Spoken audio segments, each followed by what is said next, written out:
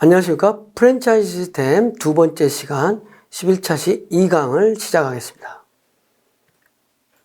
그래서 프랜차이즈란 무엇인가? 그래서 프랜차이즈는 프랜차이즈 본사와 가맹점 간의 어떤 계약에 의해서 하는 것인데, 이 계약에 의해서 프랜차이즈 시스템이 작동됨으로써 이거에 대한 기능이 어떤 거냐? 전략적 기능이 있다. 전략적 기능. 프랜차이즈의 기능은 어떤 그 사업의 비즈니스 전략으로서의 프랜차이즈 기능, 이런 부분이 있다는 거죠. 머천다이징으로, 상품으로서의 기능. 프랜차이즈 시스템은 기본적으로 머천다이징, 어떠한 상품을 유통시키느냐, 이런 걸 프랜차이즈 방식으로 유통시킨다는 머천다이저 기능이 있다는 거죠. 그리고 프랜차이즈 시스템에는 개발 기능, 이런 가맹점을 개설하고 개발하는 그런 기능이 가장 중요한 부분일 수 있다는 거죠. 그 다음에 정보를 기능한다. 프랜차이즈는 가맹점이 어떤 고객의 소리를, 소비자의 소리를 들어서 본부에게 전달해주고, 본부는 그 부분을 반영해서 고객의 의견을 반영해서 어찌됐든 추진한다. 그 다음에 물류의 기능, 물류의 기능은 이제 프랜차이즈 본부에서 가맹점에게 어떤 상품 공급을 해준다든지 이런 부분에 대한 공급을 하는 것이다. 그 다음에 가맹점 운영과 슈퍼바이저 기능이 있다. 프랜차이즈 본부는 프랜차이즈 본부에서 가맹점들을 운영하고, 그 다음에 가맹점의 지도 감독, 자기네 브랜드가 지속적으로 유지되고 관리되는지, 자기네 상품이라든지 노하우가 지속적으로 관리되고 유지되는지, 이런 것들을 관리 감독하는 SV 기능을 한다는 거죠. 그 다음에 프로모션 기능 한다. 프로모션 기능. 그 다음에 교육 훈련 기능을 한다. 교육 훈련 기능. 그 다음에 인재 개발 기능을 한다. 인재 개발 기능. 인재 개발. 그 다음에 계약 기능이 있다는 거죠. 프랜차이즈의 계약 기능. 그리고 재무 기능이 있다. 그러니까 프랜차이즈는 프랜차이즈 시스템은 기업이 가맹본부와 가맹점 간의 계약에 의해서 운영되는 시스템이지만, 어떤 기업이 오퍼레이션 되면서, 경영 기업이 오퍼레이션 되면서 운영하는 제반 모든 시스템을 다 같이 가지고 있으면서 또 프랜차이즈 가맹점을 관리하는 기능이 추가된다고 하면 할 수 있는 거죠. 그러니까 단일 기업이 할 수 있는 재무, 어떤 물류, 개발, 정보, 교육, 훈련, 이런 기능도 있으면서 가맹점 운영과 슈퍼바이징 기능이 추가되는 시스템이 프랜차이즈 시스템이라고 할 수 있는 거죠. 그러니까 프랜차이즈 기업은 다른 여타의 경영 기능을 다 똑같이 수행하면서 플러스해서 가맹점을 운영하고 관리하는 SV 기능을 겸하는 것이 프랜차이즈 기능이라고 할 수 있다. 그래서 프랜차이즈 시스템의 장점은 뭐냐? 프랜차이즈 시스템의 장점은 어쨌든 본부만 있으면, 똘똘한 본부, 모델점 이런 것만 있으면 가맹점을 쉽게 개발할 수 있어요. 사업을 확장할 수 있다는 거죠. 그 다음에 자원의 확보와 성장, 기업을 신속하게 키울 수 있고 위험을 분산시킬 수 있는 거지. 가맹점에 대한 투자를 본부가 직접 투자를 하면은 위험이 많은데,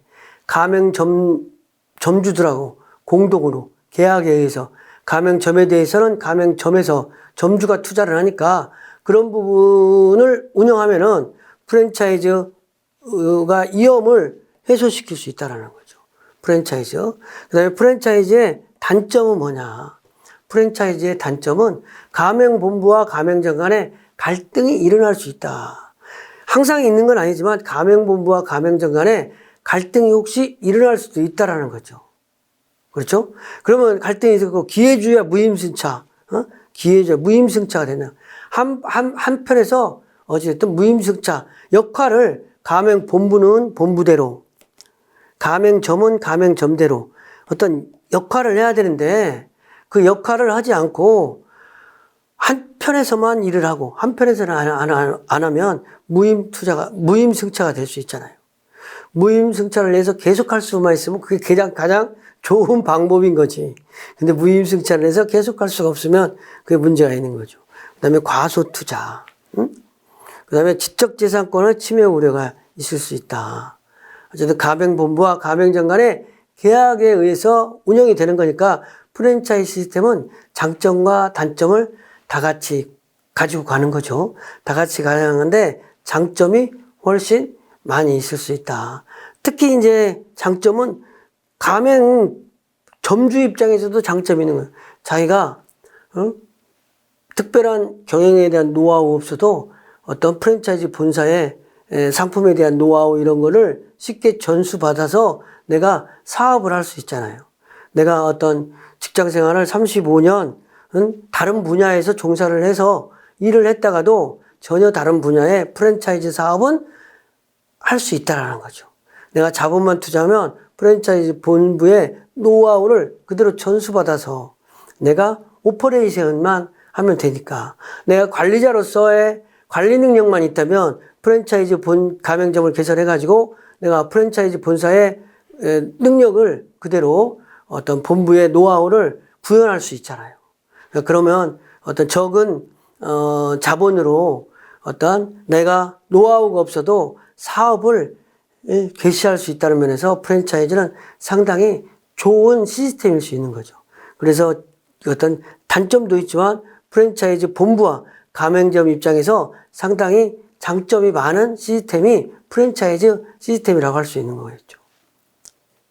그래서 가맹본부나 프랜차이즈는 이제 계약에 의해서 운영이 되니까 가맹본부라는 개념이 있어요. 가맹본부라 하면 가맹본부는 프랜차이저라는 가맹점과 계약을 해서 운영권을 줄 수 있는 본부가 가맹본부라고 하는 거예요. 그러니까 롯데리아 본부, 프랜차이즈 어떤 본사, 그 다음에 스타벅스 본사, 그 다음에 컴포즈 카페 본사 이런 것을 가맹본부라고 할 수 있는 거죠. 가맹사업자와 가맹점과 계약할 수 있는 주체, 이걸 가맹본부라고 한다.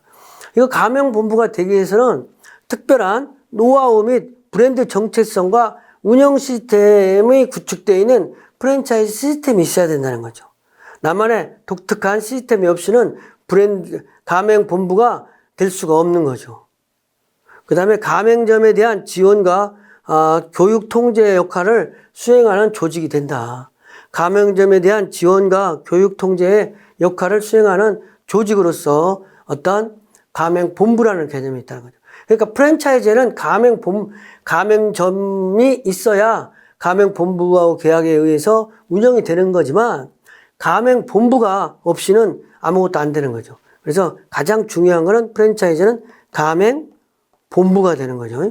가맹본부가 가맹본부가 있어야 닭이 먼저냐 달걀이 먼저냐 자꾸 막 그런 개념하고 있을 수 있는데 어찌됐든 닭이라고 하는 본부가 있어야 그 다음에 가맹점이라고 하는 부분이 있을 수 있다는 거죠. 전제 조건이 가맹본부가 있어야 가맹점이 있는 거니까 가맹본부가 전제 조건이라고 할 수 있겠죠.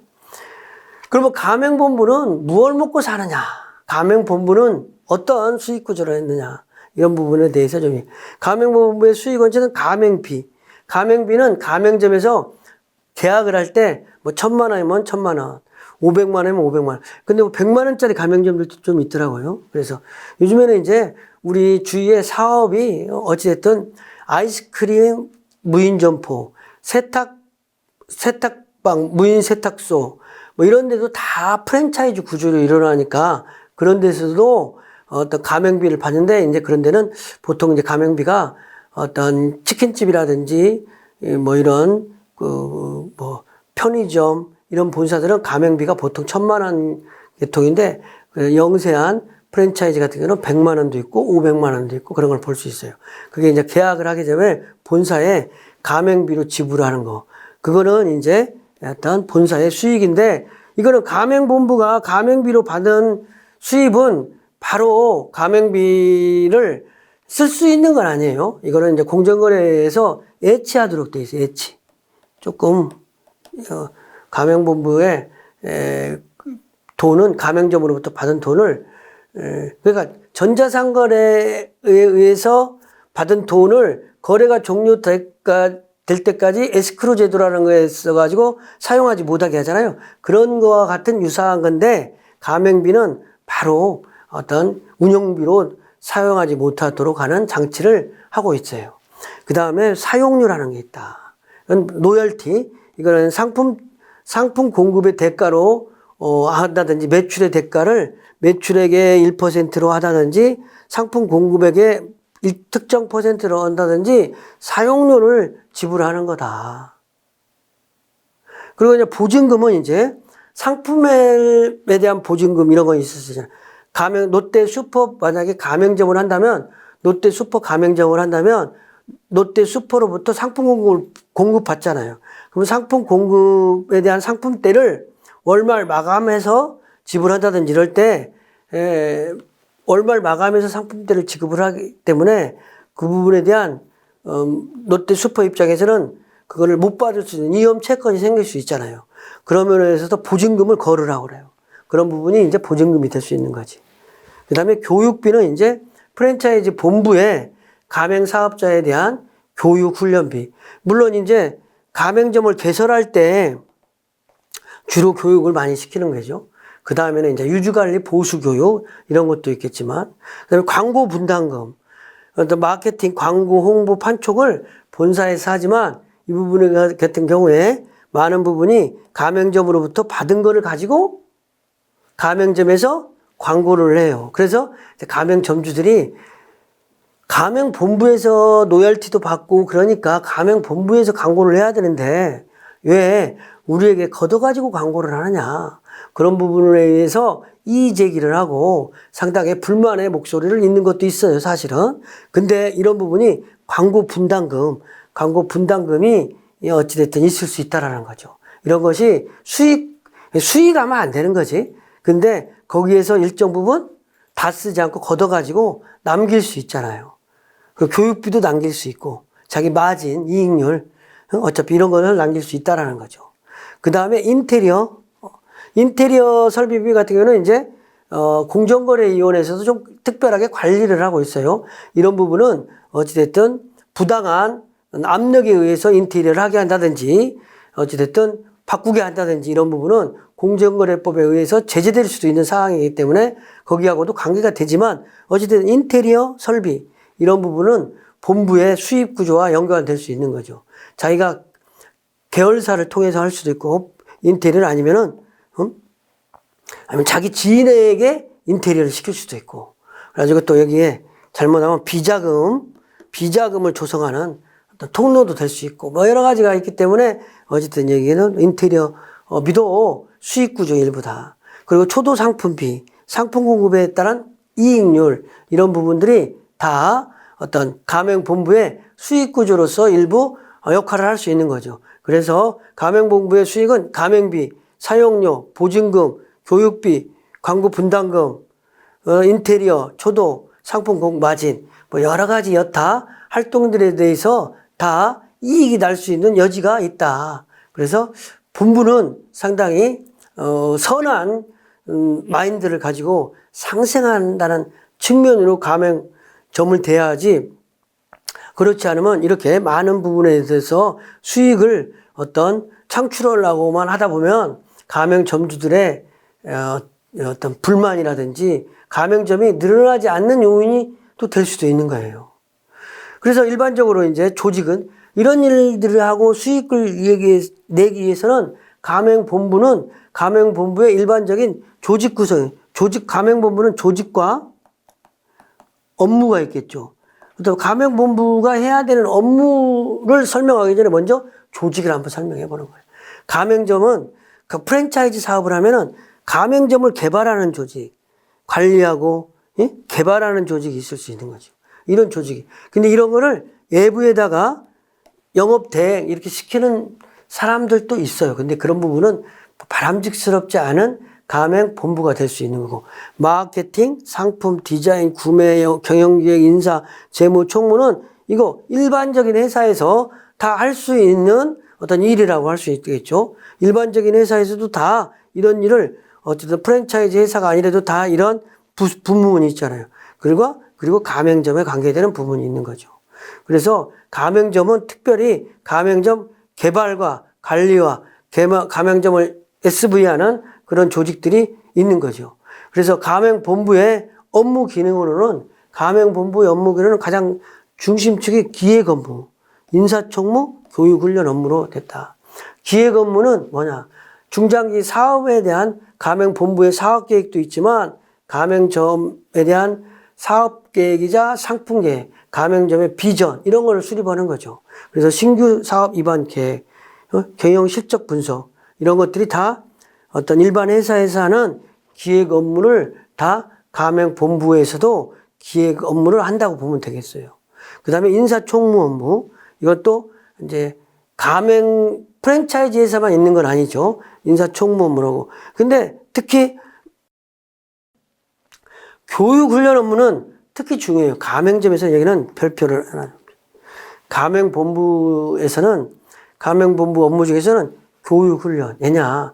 브랜드 사용, 상표 사용, 노하우, 서비스 이런 거가 본부의 지침이 그대로 가맹점에 전수돼야 되니까 그거를 확인하고 SV 업무도 되지만 그런 부분을 하기 위해서는 시스템이 갖춰져야 되는데 그 시스템이 교육훈련 업무다. 그래서 교육훈련 기본 방침을 수립하고 교육훈련 계획도 수립하고 교육 프로그램을 실제로 설계하고 그다음에 가맹점 직원을 교육과정 설계하고 교재 개발과 그리고 가맹점을 운영 관리하고 그다음에 사회 이탁 교육 및 또 수립하고 운영도 하고 그다음에 사내 강사도 양성하고 관리하고 이런 부분이 교육훈련 업무가 가맹점을 그대로 가맹점에게 노하우를 전수하고 관리 감독해야 되니까 이런 업무가 필요하다는 거죠. 그 다음에 가맹점을 개발해야 돼요. 가맹점 개발 이게 가장 또 큰 업무죠. 가맹점 개발은 그런데 가맹점을 개발한다 이런 것보다는 가맹점은 잘 된다, 돈 번다 그러면 서로 가맹점을 하고자 할 거 아니야. 그래서 입소문에 의해서 가맹점을 하고자 하는 사람이 물밀듯이 줄을 서야 되는 거지 가맹점을 모집으로 다닌다. 이런 시스템이 되면은 상당히 가맹본부를 위한 가맹점이 되는 거죠. 차라리 비용 나오고 그러니까 자기네가 일을 잘하고 가맹점주들이 돈 번다 그러면 가맹점주가 돈 버니까 자꾸 소문내는 거야. 그래서 칠형제 감자탕, 칠남매, 칠형제가 전부 다 감자탕집 한다든지 오남매가 전부 다 슈퍼마켓 한다든지 어떤 부분에 잘 되면 자기 가장 가까운 친척, 인척부터 소개하잖아요. 그런 부분이 돼야 가맹점은 발전할 수 있는 거야. 가맹점은 뭐니 해도 입소문으로 특히 가맹점주가 그 가맹점에 대한 만족도가 있으면 가맹점은 말하지 않아도 막 늘어난다. 그래서 가맹점 개발 업무, 예비 가맹점주를 모집하고 사업 설명회하고 상권 가맹점자 말 듣고 와서 입소문에 의해서 와도 상권 조사하고 타당성 분석을 해야 되니까 개발 업무가 전혀 없어야 되는 것은 아니에요. 그리고 이제 가맹점을 실질적으로 운영 관리하는 부서가 있어야 돼. 업무가 있다는 거죠. 가맹점을 개점 지원해 준다든지 경영 실적을 분석 관리해 준다든지 제품별 원가라든지 수익 분석한다든지 그다음에 시장 환경, 경쟁업체 동향, 소비자 동향 조사한다든지 그다음에 가맹점의 경영 지도, 판촉 지도, 그다음에 부진점에 대한 클리닉, 채권 관리 이런 부분 그리고 시설 관리, 디자인 시안의 개발과 어떤 매뉴얼을 수립한다든지 시장 조사에서 견적 본다든지 인테리어 공사 진행하고 업체 관리하고 사후 관리 이런 시설 관리적인 업무 이런 부분이 또 가맹본부의 업무로서 되게 중요하다. 그래서 가맹본부의 업무 기능으로서는 어찌됐든 마케팅 업무, 디자인 업무, 상품 개발, 물류 및 관리 업무 이런 것들 어떤 프랜차이즈 사업이 아니어도 하는 업무를 중복적으로 같이 해야 될 수밖에 없는 거죠. 왜냐하면 지금 사용하고 있는 노하우, 경영 노하우 이런 것들이 지속적으로 지도되고 관리되고 가맹점주를 새로 모집하기 위해서는 여기에 정체성이라는 거가 있다는데 이 정체성을 진화, 발전시켜야 되니까 정체성을 진화하고 발전시켜야 그 가맹본부가 잘 되는 거죠. 그리고 경쟁점이 출현하니까 어찌됐든 롯데리아의 경쟁점은 맥도날드, 햄버거, 버거킹 이런 것도 있지만 맘스터치 이런 브랜드들이 많이 있잖아요. 그러니까 이 브랜드의 시장 조사라든지 동향, 상품 동향 이런 걸 봐서 롯데리아 측에서도 새로운 상품을 개발한다든지 예? 어쨌든 마케팅 방법을 새로 한다든지 이런 부분이 필요하니까 이런 본부에서도 이러한 인력이 필요하다는 거죠. 그리고 구매하고 전산 업무도 특히 전산 업무가 이제 또 가맹본부를 운영하는 시스템으로 대단히 중요한 것이죠. 가맹본부와 가맹점 간의 어떤 전사적 자원 간 ERP 시스템을 뛰어넘어서 어쨌든 ERP 시스템을 뛰어넘어서 본부와 가맹점 간의 상호 유기적인 발주, 정산, 회계 이런 것들이 서로 공유하고 포스라든지 이런 것들 고객 관리 이런 것들 다 공유되는 어떤 전산 시스템이 구비돼야만 가맹본부로서의 역할이 된다는 거죠.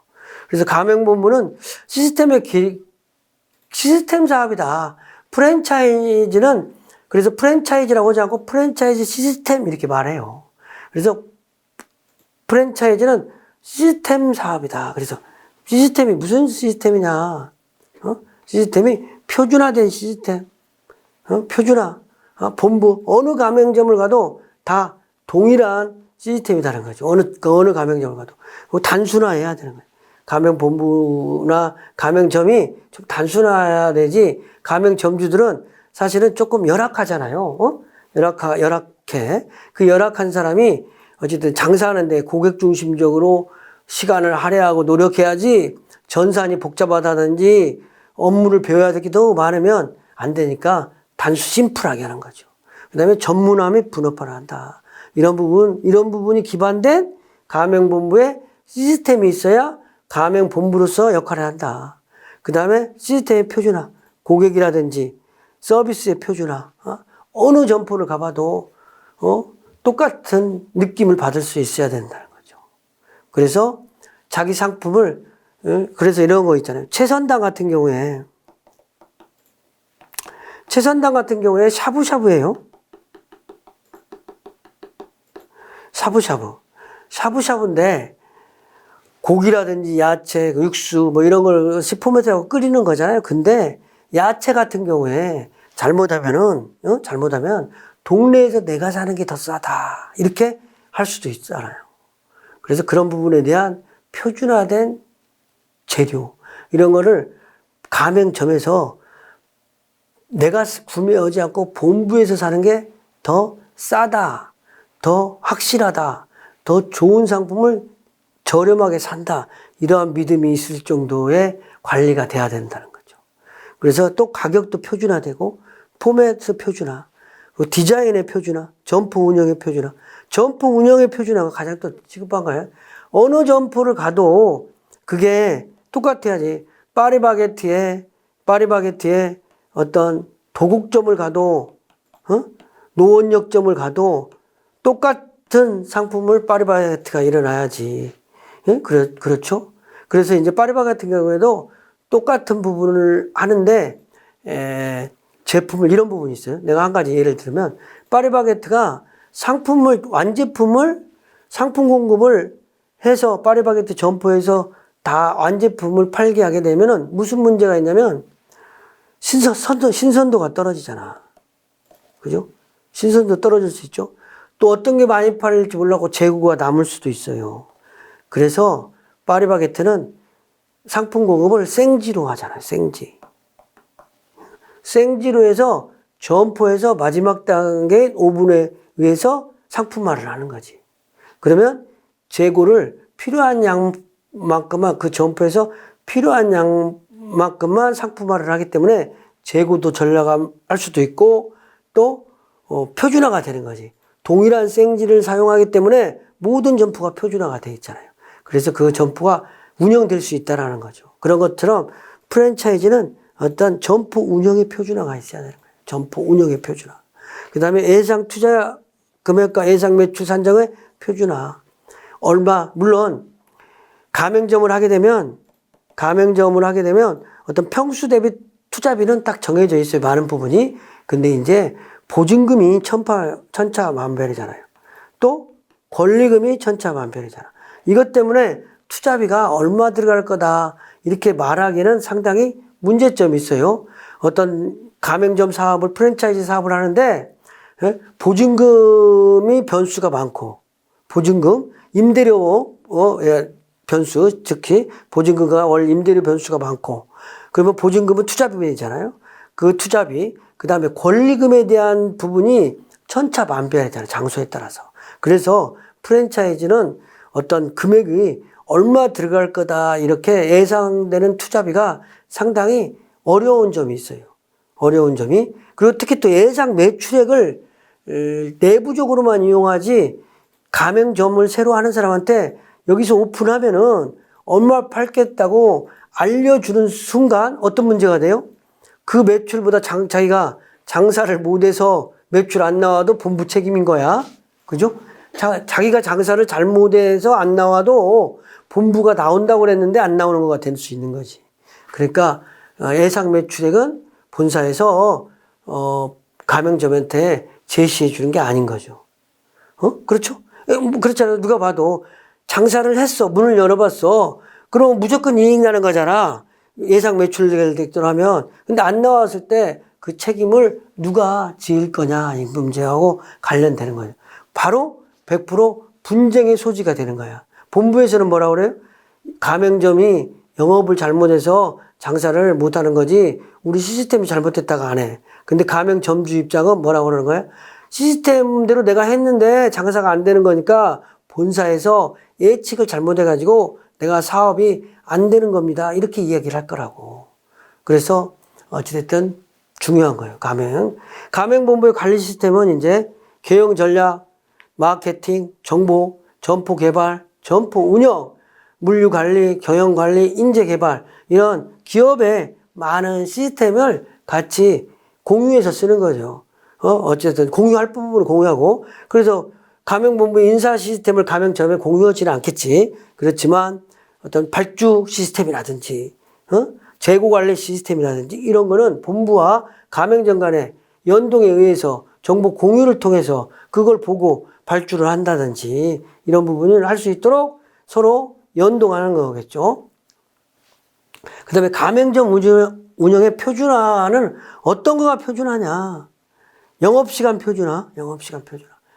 편의점 24시간 영업을 다 하는 거예요. 그래서 24시간 GS 24 상호명이 25죠. 25 GS 25 이렇게 되어 있는 게 원래 24시간 영업한다는 어떤 그런 부분이 좀 점점점 발전돼서 25로 됐어요. 어찌됐든 그런 부분이 영업시간 그건 뭐야? 편의점은 영업시간이 24시간 한다 알고 있어요. 그런데 어떤 편의점을 갔더니 안 해. 그러면 고객이 실망해. 그래서 어떤 편의점이 지금 24시간 어떤 브랜드는 3분의 1 정도가 24시간 안 하는 점포가 있어요. 그럴 때는 본부하고 계약을 별도로 하는 거야. 그래서 영업시간 단축하겠다.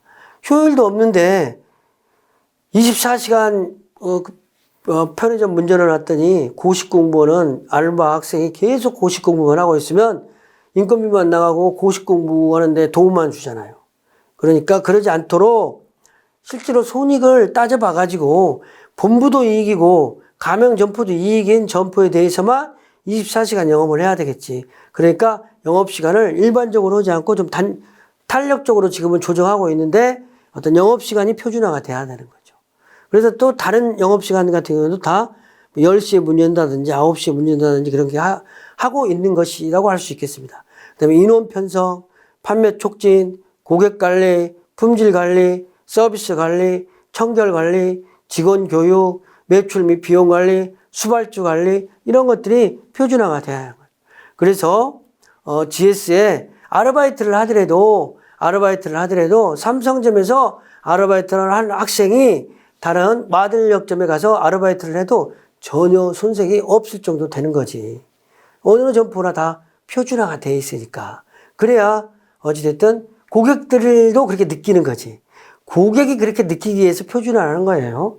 아르바이트 학생의 어떤 업무 효율화를 위해서 하는 게 아니라 고객들이 어떤 점포를 방문했을 때 GS를 가면 아, 여기는 GS구나. 똑같이 아는 거지. 특히 또 이거 표준화에 상품 표준화하는 거죠. 내가 정한 상품 이외에는 사용하지 못한다. 나에게만 상품 받으라 한다든지 100% 나에게만 상품 받으라. 이런 거 있을 수 있잖아요. 편의점 같은 경우에는 기업형 편의점, CU, GS, 세븐일레븐 이런 이마트 24 이런 부분에 대해서는 거의 100%다. 근데 100%가 아닌 경우도 일부 있어요. 담배 같은 경우를 직납을 받을 수도 있겠지. 어떤 특정한 상품에 직납이라는 시스템도 있지만 100% 본사하고 관계되는 상품을 표준화해서 우리 거 이외에는 못 사게 하는 시스템이 있는 거죠.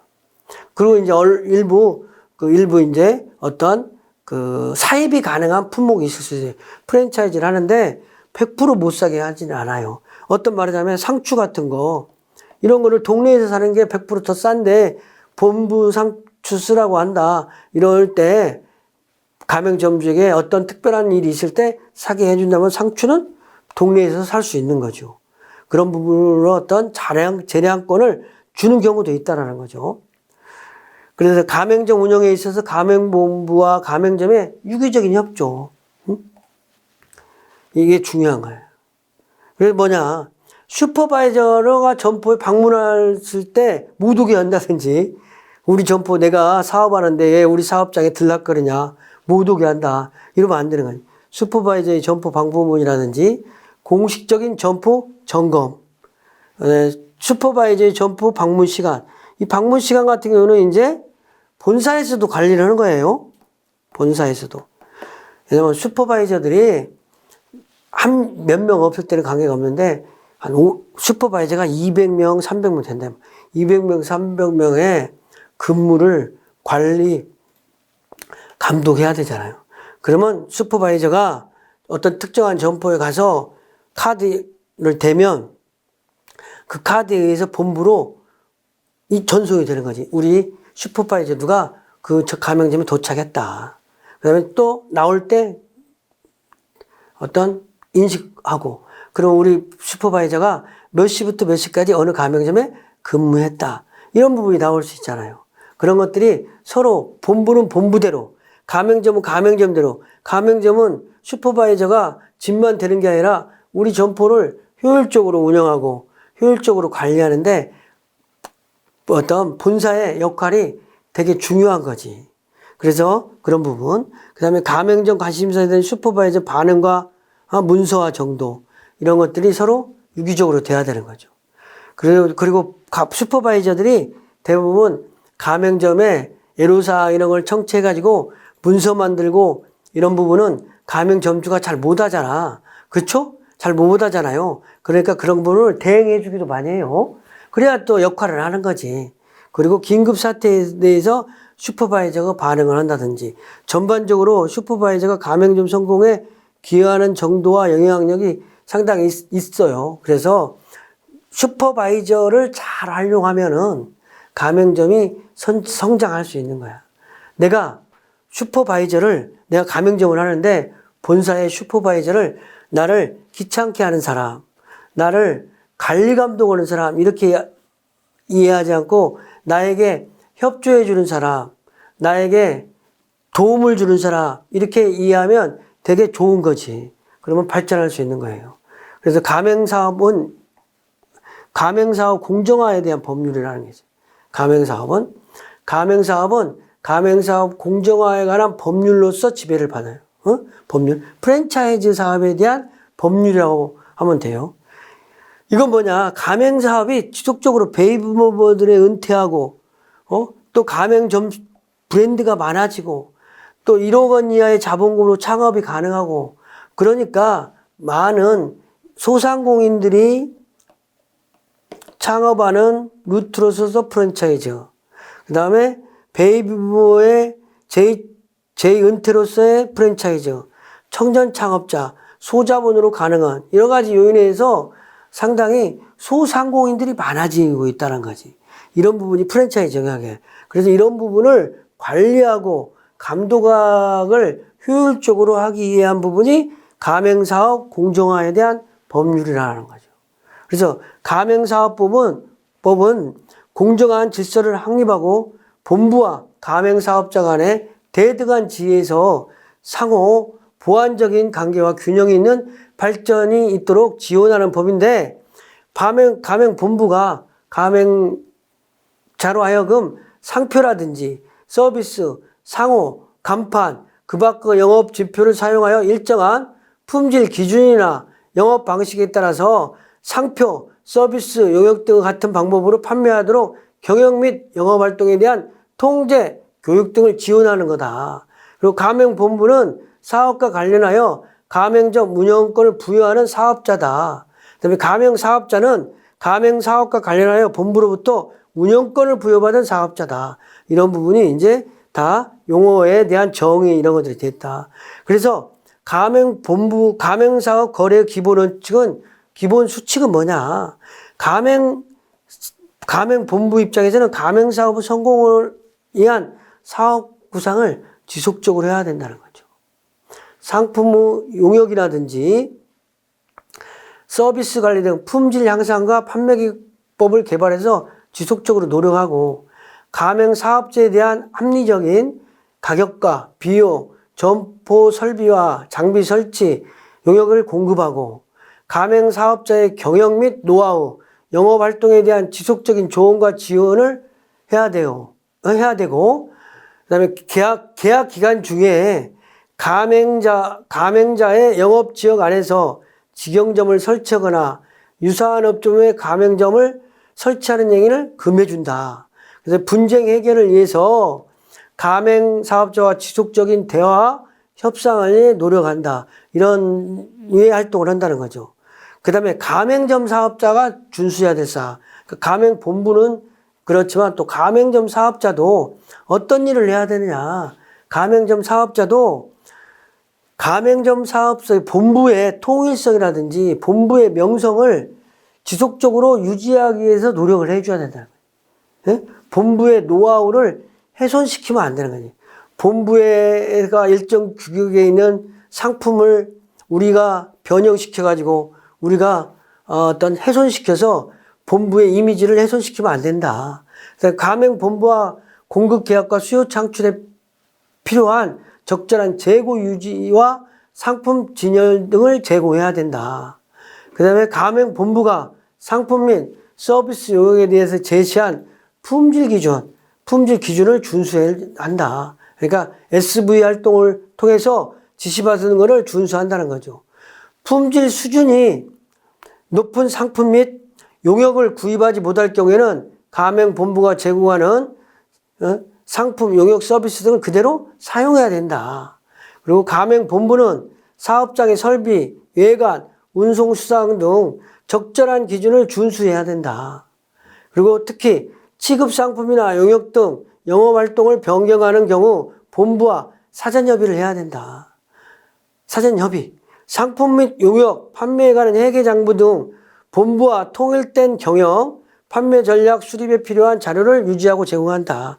그래서 뭐 이렇게 동일한 회계 사무소에 맡기기 위해서 가맹점들에게 동일한 회계 처리를 하는데 뭐 월 5만 원만 주면 가맹점 회계들을 다 처리해 준다든지 그런 부분에 대한 노하우, 가맹본부와 가맹점 간의 유기적인 협조관계 이런 것들이 필요하다고 할 수 있겠죠. 그리고 가맹사업자의 준수사항으로 더 지속되는 것은 가맹사업자의 업무 현황과 규정, 자료 확인, 기록 열람 등을 포함하여 본부의 임직원인 대리인의 사업장 출입을 허용하는 SV가 우리 본 가맹점에 온다 그러면 출입해 줘야 된다는 거죠. 그 다음에 본부의 동의를 받지 않은 경우에 점포를 이전한다든지 본부 승인 없지 않고 내 가게를 내 가게라고 팔아버린다든지 이런 거 안 된다. 그 다음에 가맹 계약 기간 중에는 본부와 동일한 업종을 영위해야 된다. 그 다음에 영업 비밀을 누설하면 안 되고 기술이나 노하우를 본부의 노하우를 기술로만 누설하면 안 된다는 거죠. 그 다음에 영업 표지에 대해서 제3자의 침해 사실을 인지한 경우 통보, 금지 조치에 필요한 적절한 협력을 본사하고 유기적으로 해야 된다. 그래서 가맹사업 공정화에 대한 법은 가맹사업 거래의 공정화는 가맹본부는 가맹 희망자에게 정보공개서를 등록해야 된다. 정보공개서를 제공해야 되는 거예요. 등록한 정보공개서가 기재사항이 있어요. 그거를 신의 성실로 기재해야 되고, 그 다음에 공정거래위원회는 가맹본부에서 등록한 정보공개서를 공개할 수 있다. 그러면 그걸 보고 가맹점들이 가맹점의 어떤 새로운 가맹점을 신청하는 거죠. 근데 공정거래위원회는 정보공개를 위해서 예산 범위 내에서 가맹사업의 정보 제공 시스템을 구축 운영할 수 있다. 그 다음에 정보공개에서 등록, 변경, 신고, 공개 방법, 절차 등은 어찌됐든 그 법에 의해서 한다. 이런 정도가 이제 가맹사업에 대한 이해라고 할 수 있겠습니다. 다음 시간에는 실질적으로 점포 개발에 대해서 학습하도록 하겠습니다. 수고하셨습니다.